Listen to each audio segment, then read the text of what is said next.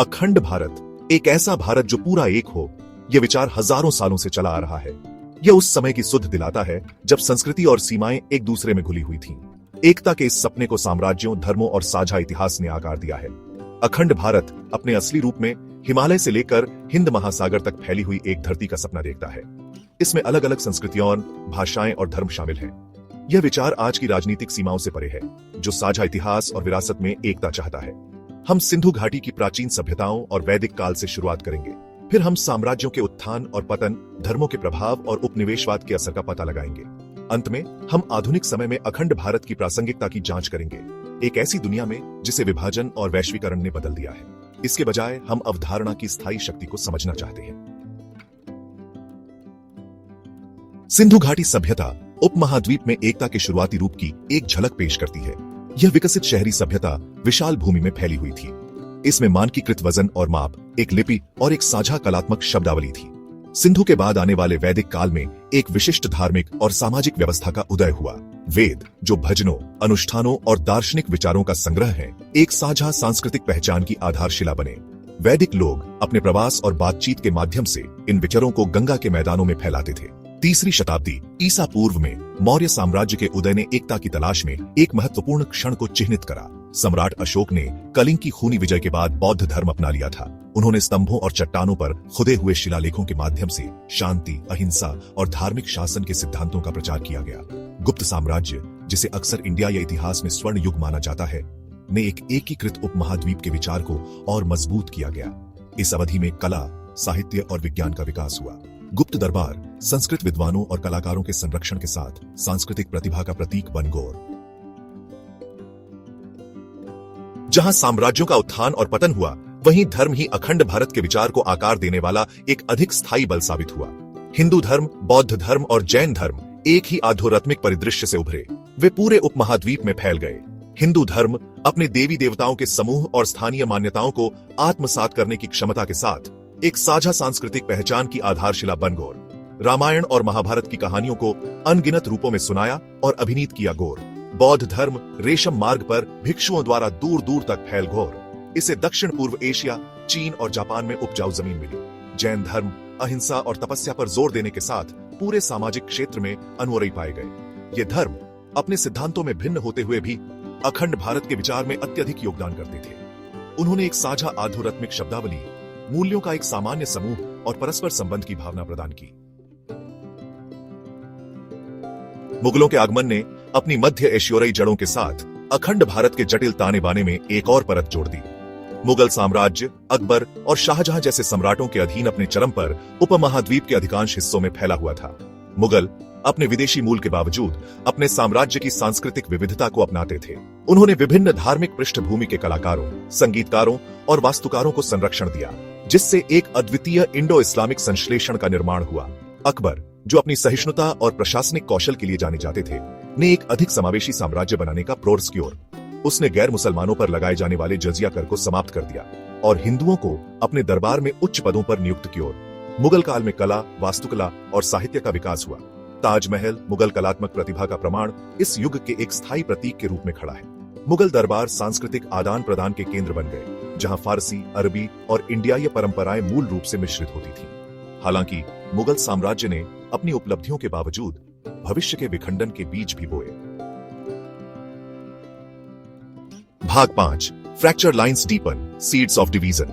18वीं शताब्दी में मुगल साम्राज्य के पतन ने एक शक्ति शून्य पैदा कर दिया, जिसे क्षेत्रीय शक्तियों ने जल्दी से भर दिया। मराठों, सिखों और ब्रिटिश ईस्ट इंडिया कंपनी सभी ने नियंत्रण के लिए संघर्ष किया। अंग्रेजों ने सैन्य ताकत, कूटनीति और आंतरिक विभाजनों के शोषण के माध्यम से अपने प्रभाव का विस्तार किया। वे भारत को कच्चे माल के स्रोत और अपने माल के लिए बाजार के रूप में देखते थे। उनकी नीतियों ने मौजूदा सामाजिक और धार्मिक विभाजनों को बढ़ा चढ़ाकर पेश किया। पश्चिमी शिक्षा ने इंडियाइयों के एक नए वर्ग का निर्माण किया।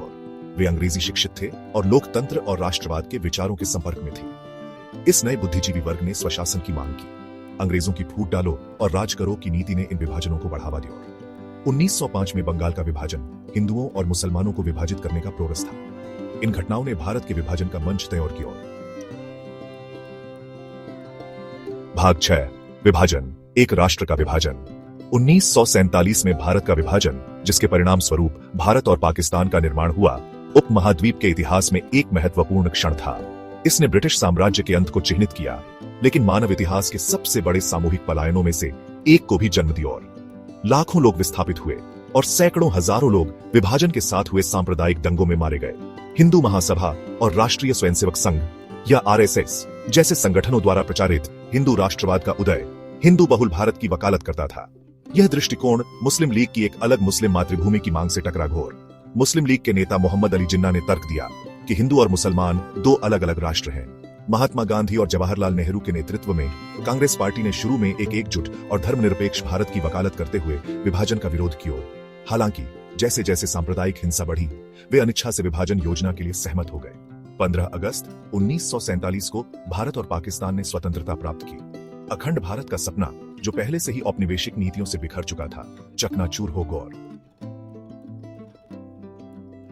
भाग 7, बॉर्डर से परे अखंड भारत का स्थायी विचार। भारत के विभाजन ने अखंड भारत के विचार को समाप्त नहीं किया और कुछ के लिए यह एक खोए हुए अतीत का एक शक्तिशाली प्रतीक बना रहा।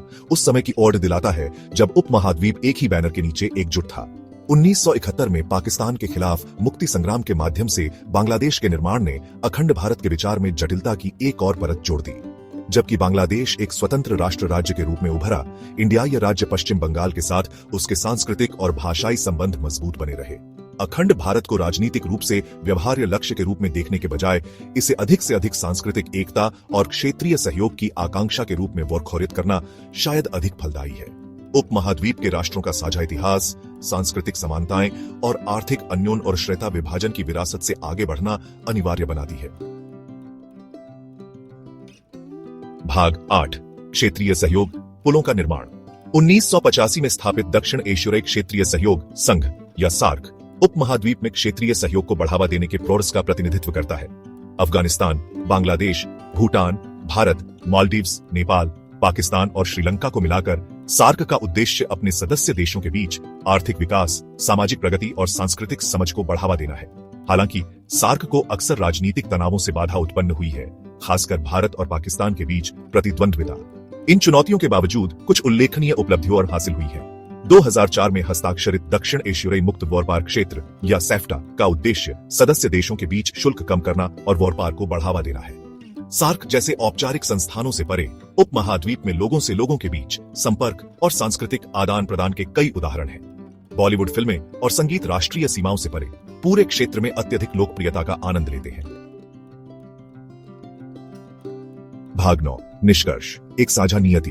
अखंड भारत का विचार जबकि इतिहास में निहित है, 21वीं सदी में भी विकसित हो रहा है। जबकि उपमहाद्वीप का राजनीतिक पुनर्मिलन एक दूर की संभावना बनी हुई है, यह अवधारणा क्षेत्र के लोगों की साझा विरासत और परस्पर जुड़े भाग्य की ओर दिलाती है।